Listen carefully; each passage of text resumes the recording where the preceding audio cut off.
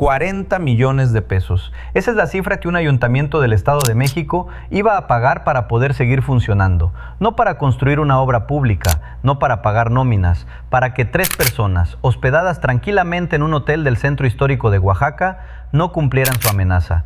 Los noticieros reportaron 3 detenidos, una orden de aprehensión, una captura coordinada entre 2 fiscalías estatales. Fin de la nota. Eso es lo que te dijeron, pero eso es solo la superficie. Y la superficie en este caso no es ni el 10% de lo que realmente está pasando. Atención México, lo que acabas de escuchar tiene meses de historia detrás, y la cifra de 40 millones es apenas la primera capa de una estructura que cruzaba 2 estados, varios municipios y que tenía nombre, organigrama y caja registradora propia.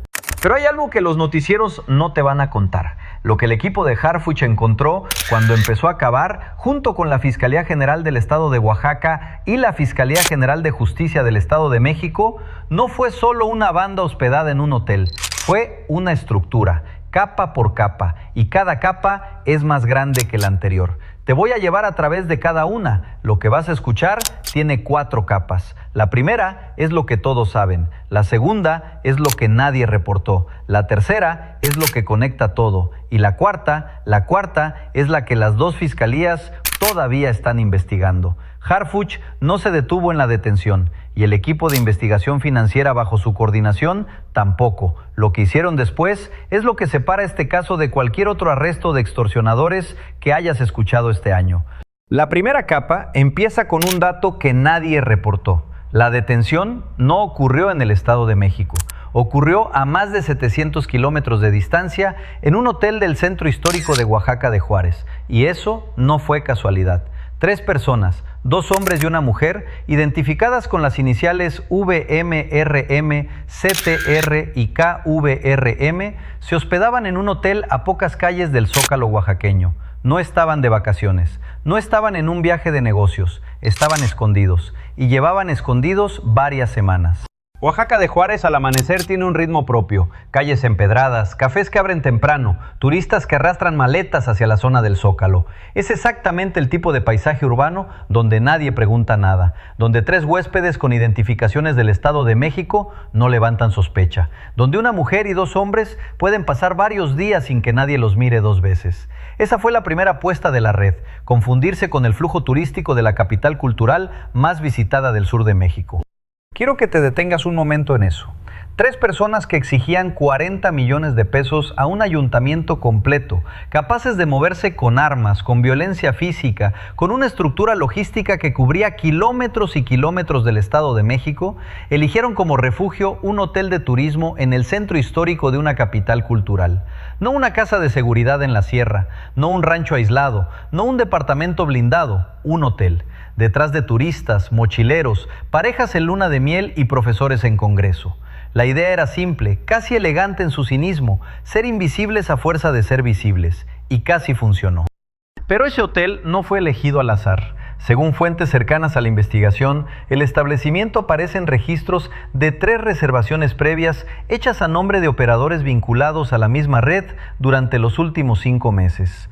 El hotel del centro histórico no era refugio improvisado, era una base recurrente, una plaza de descanso para una red que necesitaba salir del Estado de México cada vez que las cosas se calentaban. Cuando los analistas de inteligencia consultados por este canal cruzaron las reservaciones del hotel con los movimientos territoriales de la banda, encontraron algo que cambió la interpretación completa del caso. Cada vez que la red ejecutaba una nueva operación de cobro de piso en un municipio mexiquense, en las 72 horas siguientes, alguno de los integrantes se hospedaba en Oaxaca. El hotel era el botón de pausa, el interruptor de invisibilidad. Y las 2 fiscalías, junto con el equipo de coordinación federal, llevaban semanas estudiando ese patrón. Pero eso fue solo la primera capa. Lo que estaba debajo era más grande. Si llevas tiempo siguiendo este canal, sabes que aquí no nos quedamos en el comunicado oficial. Aquí se cava. Si todavía no estás suscrito, este es el momento. Cuando los equipos tiraron de ese hilo, encontraron algo que no esperaban. Las 3 personas detenidas en el hotel no eran una banda, eran una célula operativa de algo mucho más grande, una red de cobro de piso que, según los datos recabados por la Fiscalía General de Justicia del Estado de México, operaba a lo largo de toda la entidad mexiquense. No un municipio, no 2, una red activa en al menos 14 municipios del oriente y norte del Estado de México, según los reportes internos que circularon entre las dos fiscalías durante el seguimiento de gabinete y campo. VMRM, CTR y KVRM no estaban en la cima de esa estructura, estaban en una capa intermedia. Debajo de ellos había operadores territoriales, los cobradores físicos que se acercaban a los comercios con un nombre, una amenaza y una hora de pago. Encima de ellos había nombres que no aparecen en ningún reporte público todavía. Y al lado, según fuentes que hablaron con este canal, había contactos en por lo menos 2 corporaciones de seguridad municipal mexiquenses que informaban con anticipación sobre operativos, denuncias y rotaciones de mando. La estructura tenía forma, una forma específica, un núcleo de decisión integrado por 4 o 5 personas, una capa intermedia de coordinadores logísticos donde se ubicaban los 3 detenidos, una capa operativa de cobradores en mercados, tianguis, transporte público y comercio ambulante, y una capa de enlace integrada por personas que se hacían pasar, según las propias autoridades lo confirmaron en los datos de prueba, como integrantes de grupos vinculados al crimen organizado. Pero aquí está el dato que las fiscalías todavía no han hecho completamente público. Ese grupo del que se ostentaban falsamente no fue elegido al azar, era el mismo grupo cada vez, una franquicia de miedo. Tomaban el nombre prestado, lo usaban en cada cobro y cuando alguien intentaba verificar si eran reales, encontraban suficiente coherencia en la historia como para pagar y callarse. El territorio operativo cubría desde mercados municipales y centrales de abasto hasta tianguis de fin de semana en zonas conurbadas, comerciantes pequeños, locatarios, distribuidores de productos perecederos. Esa era la base diaria de ingresos, pero en salto cualitativo, el momento en que esta red dejó de ser una banda de extorsión común y se convirtió en algo distinto, ocurrió cuando dejaron de cobrar únicamente a los comerciantes y empezaron a cobrarle directamente al ayuntamiento.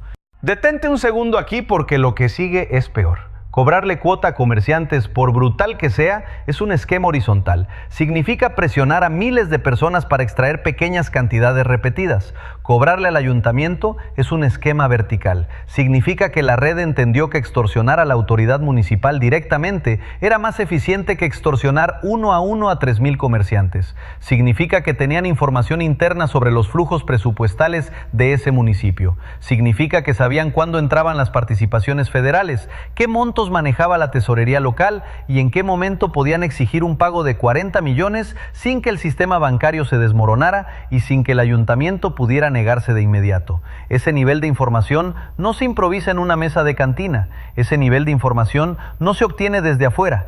Ese nivel de información se compra, se filtra o se entrega desde adentro. Y aquí es donde la historia cambia de dirección completamente. Toda red necesita combustible y el combustible siempre es el mismo, dinero. Para entender la magnitud de lo que está debajo, sigue el dinero. 40 millones de pesos es la cifra que se reportó públicamente, pero 40 millones es solo el pago que esta red estaba exigiendo en este momento. No es lo que ya había cobrado antes, no es la totalidad de su operación financiera, es la última factura. Y aquí es donde el equipo de investigación financiera bajo la coordinación de Harfuch entró en acción.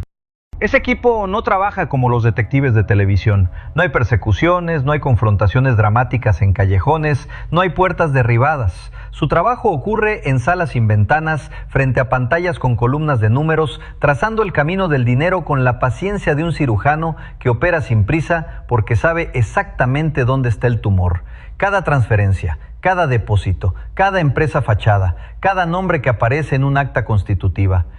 Lo que encontraron cambió el alcance de toda la investigación. Según fuentes que hablaron con este canal, los movimientos financieros rastreados a las 3 personas detenidas suman, en los últimos 18 meses, una cifra cercana a los 180 millones de pesos. 180 millones. Detente un momento y procesa esa cifra con una traducción humana. Esos 180 millones equivalen a 4,5 veces lo que estaban exigiendo al ayuntamiento mexiquense. Equivalen a lo que un trabajador con salario mínimo gana en aproximadamente 1,800 años de vida laboral. Equivalen al presupuesto anual completo de salud pública de un municipio mediano del centro del país. Pero no es solo dinero, es influencia, es impunidad. Es la capacidad de pagar abogados de élite, sobornar a funcionarios menores, desaparecer testigos, comprar silencios en al menos 14 municipios y mantener una red operativa sin necesidad de aparecer en ningún noticiero hasta el día de la detención.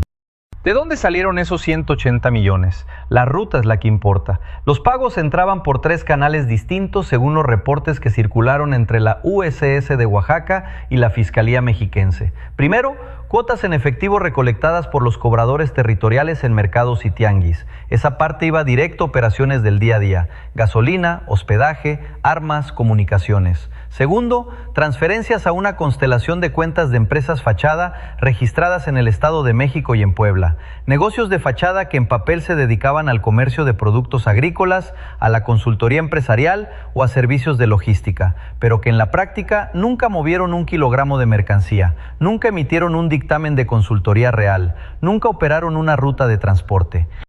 Tercero, y este es el más revelador, depósitos cruzados a través de una casa de cambio del centro de la Ciudad de México que aparece en el radar de la Unidad de Inteligencia Financiera desde hace al menos 2 años. Una parte iba a sostener la red, otra a sobornos territoriales y la tercera, la más grande, simplemente desaparecía. Desaparecía en una cuenta que los analistas financieros rastrearon hasta un punto que todavía no se ha hecho público. Con esa cantidad podrías construir 3 hospitales municipales completos, con quirófano, sala de urgencias y unidad de cuidados intensivos. Podrías pavimentar 200 kilómetros de carretera rural. Podrías becar durante una carrera universitaria completa a más de 7,000 jóvenes mexicanos. Ellos la usaron para sostener una estructura cuya única función productiva era exigir 40 millones más al siguiente ayuntamiento. Dale like si llegaste hasta aquí, porque esto apenas comienza. Y dime una cosa antes de seguir: ¿cuánto crees que cobró esta red al ayuntamiento antes de exigir los 40 millones del último golpe? Escríbelo en los comentarios. Pero el dinero siempre tiene un destino final, y ese destino tiene nombre. Y aquí es donde llegamos al nombre que nadie quiere decir. Alguien tenía que estar recibiendo ese dinero, alguien que no aparece en ningún organigrama público, alguien que no estaba en el hotel del Centro Histórico de Oaxaca esa mañana. La estructura de cobro de piso que opera contra ayuntamientos completos no se diseña desde abajo, se diseña desde arriba. Y desde arriba significa una persona con acceso a información presupuestal municipal, con capacidad de negociación con cuadros políticos locales y con suficiente respaldo financiero para sostener una red durante 18 meses sin necesidad de cobrar de manera inmediata cada peso que circulaba. Esa persona existe, no tiene alias público todavía. En los registros internos que circulan entre las 2 fiscalías, aparece simplemente como el operador. No es un capo del narcotráfico, no es un sicario con historial de violencia, es un articulador, una persona que entiende cómo funcionan los flujos presupuestales municipales, que sabe leer un anexo de transferencias federales, que conoce los tiempos políticos de un cabildo y los puntos débiles de una tesorería local. Diseñó el esquema de extorsión vertical contra el ayuntamiento mexiquense como un proyecto financiero, no como un crimen impulsivo. Calculó márgenes, estimó riesgos, definió montos, eligió víctimas. Los analistas de inteligencia consultados por este canal señalan que el operador probablemente tiene formación técnica o profesional, posiblemente con paso por administración pública en algún nivel y casi con seguridad mantiene una fachada de actividad legítima que le permite moverse sin levantar sospechas. Esa carpeta sigue abierta, esa persona sabe quién es, lo sabe desde hace al menos 3 meses, pero el equipo no se mueve hasta tener todo. Y todo significa cada capa documentada, cada conexión verificada, cada peso rastreado hasta su destino final. Cuando esa carpeta se abra, no van a caer 3 personas en un hotel, van a caer nombres que aparecen en directorios oficiales. Esa es la capa 4 y todavía no termina de revelarse. La prueba física de cada capa estaba esperando dentro de las habitaciones del hotel. El inventario no fue solo una lista de objetos, fue la confirmación física de cada capa de la estructura. Te voy a llevar habitación por habitación a través de lo que encontraron. A las primeras horas de la mañana, la unidad especializada en combate al secuestro, adscrita a la Fiscalía General del Estado de Oaxaca, tomó posición en el lobby del hotel. Vehículos sin placas estacionados a una calle de distancia, elementos en ropa civil distribuidos en los puntos de salida. El administrador del hotel fue contactado en su oficina y se le presentó la orden judicial 239/2026, emitida por el Juzgado de Control Especializado en Cateos, órdenes de aprehensión y medidas de protección en línea del Estado de México. El administrador cooperó de inmediato. La puerta de la primera habitación fue abierta con las llaves proporcionadas por la recepción. No hubo arietes, no hubo detonaciones controladas, no hubo sirenas. El ingreso fue quirúrgico.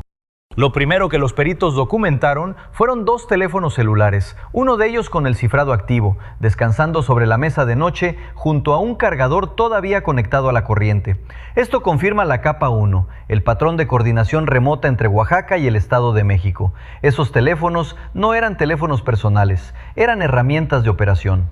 En la segunda habitación, dentro de una maleta de cabina colocada arriba del armario, encontraron una libreta tipo agenda con anotaciones en clave, 2 armas cortas en una funda interior cosida a mano y un fajo de tarjeta SIM sin activar. Esto conecta directamente con la capa 2. Nombres de operadores territoriales abreviados, montos, fechas de cobro, rutas de movimiento. Y en una tercera habitación, dentro del pequeño escritorio que ofrece el hotel para huéspedes de negocios, una memoria USB cubierta con cinta adhesiva de color. Eso es la capa 3 completa en un solo objeto. Hojas de cálculo con transferencias. Capturas de pantalla de estados de cuenta, una lista de empresas fachada, pero lo más revelador no estaba en una caja fuerte ni en una maleta, estaba en el bolsillo interno de una chamarra colgada en el closet de la habitación de KVRM, un sobre de papel manila, sin rotular, sin sellos, sin nombre en el exterior. Adentro, una sola hoja impresa con 5 nombres y 5 cifras. Piensa en la ironía operativa de eso. Una red que movió 180 millones de pesos a través de empresas fachada, casas de cambio y cuentas cruzadas, mantenía su información más sensible en un sobre de papel manila en el bolsillo de una chamarra de hotel. Cuando el equipo vio esto, supo que no era un caso individual, era un sistema, y cada uno de esos 5 nombres es una pista hacia la capa 4. Si todavía no estás suscrito al canal, este es el momento. Dale clic al botón de suscribirse y activa la campanita. Ahora que conoces las capas, vuelve a escuchar lo que las autoridades dijeron en sus comunicados oficiales. Hablaron de una red dedicada al cobro de piso y la extorsión. Antes de este video, esa frase parecía un comunicado genérico de fiscalía. Ahora sabes que red no es una palabra suelta. Se refiere a una estructura de 14 municipios, 3 canales financieros y al menos 4 niveles jerárquicos. Hablaron de trabajos de inteligencia, seguimiento de gabinete y labores de campo. Esa frase, seguimiento sostenido, no es casualidad. Es una señal directa de que la operación llevaba meses antes de la captura en el hotel. No fueron 3 días de búsqueda, fueron meses de cruces de información, rastreo de reservaciones, análisis de patrones de hospedaje y triangulación de comunicaciones. Las autoridades no dijeron atrapamos a 3 extorsionadores. El equipo de coordinación habló de integrantes de una red. La diferencia no es semántica. 3 extorsionadores cierra un caso. Integrantes de una red abre una investigación con número de carpeta abierto. Esa palabra fue elegida con cuidado, es una promesa institucional, es la advertencia a los que todavía no han caído de que la carpeta sigue abierta. Te mostré 4 capas, pero hay una más. Hay una capa que ni siquiera las fiscalías han hecho pública todavía. Lo que puedo decirte es esto. La pregunta que nadie está respondiendo es si el ayuntamiento mexiquense efectivamente pagó parte de esos 40 millones antes de que la red fuera detenida. Las autoridades, hasta este momento, no han confirmado ni negado el pago. Ese silencio es información, porque si el ayuntamiento pagó, entonces la siguiente carpeta no va a abrirse contra los extorsionadores, va a abrirse contra los funcionarios municipales que autorizaron la salida del recurso desde la tesorería local hacia las cuentas de empresas fachada controladas por la red. Esa capa tiene fecha, y cuando se revele, no va a ser una nota policial, va a ser un escándalo político que cruzará al menos 2 partidos. El próximo capítulo tiene fecha tentativa, las próximas 3 semanas.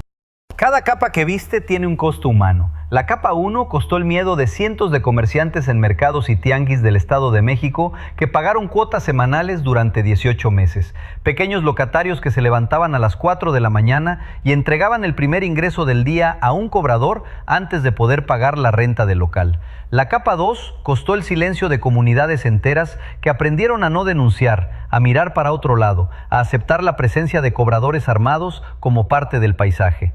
La capa 3, el dinero, fue extraído directamente de presupuestos municipales que debían haber pavimentado calles, iluminado parques, comprado medicamentos para clínicas públicas, equipado escuelas primarias. Cuando veas la noticia de 3 personas detenidas en un hotel de Oaxaca, recuerda, cada peso de esos 180 millones rastreados tiene una historia. Y casi siempre la historia es una familia que ya no pudo pagar la renta del local, un comerciante que cerró, un policía municipal al que le sugirieron mirar para otro lado, un niño que no recibió el medicamento que le tocaba en la clínica del barrio. Regresa por un momento al inicio de este video. 3 personas detenidas en un hotel del centro histórico de Oaxaca. Una orden de aprehensión cumplida. Una coordinación entre 2 fiscalías estatales. 40 millones de pesos exigidos a un ayuntamiento mexiquense. Eso es lo que te dijeron. Ahora sabes lo que hay debajo. 4 capas, 14 municipios, 180 millones rastreados, 5 nombres en un sobre de papel manila, una sola estructura, y esa estructura todavía no se ha desarmado por completo. La carpeta sigue abierta, el nombre que falta sigue en el directorio, y el próximo video tiene fecha. Suscríbete ahora, activa la campanita. Cuando rompa la noticia, vas a querer ser el primero en saberlo.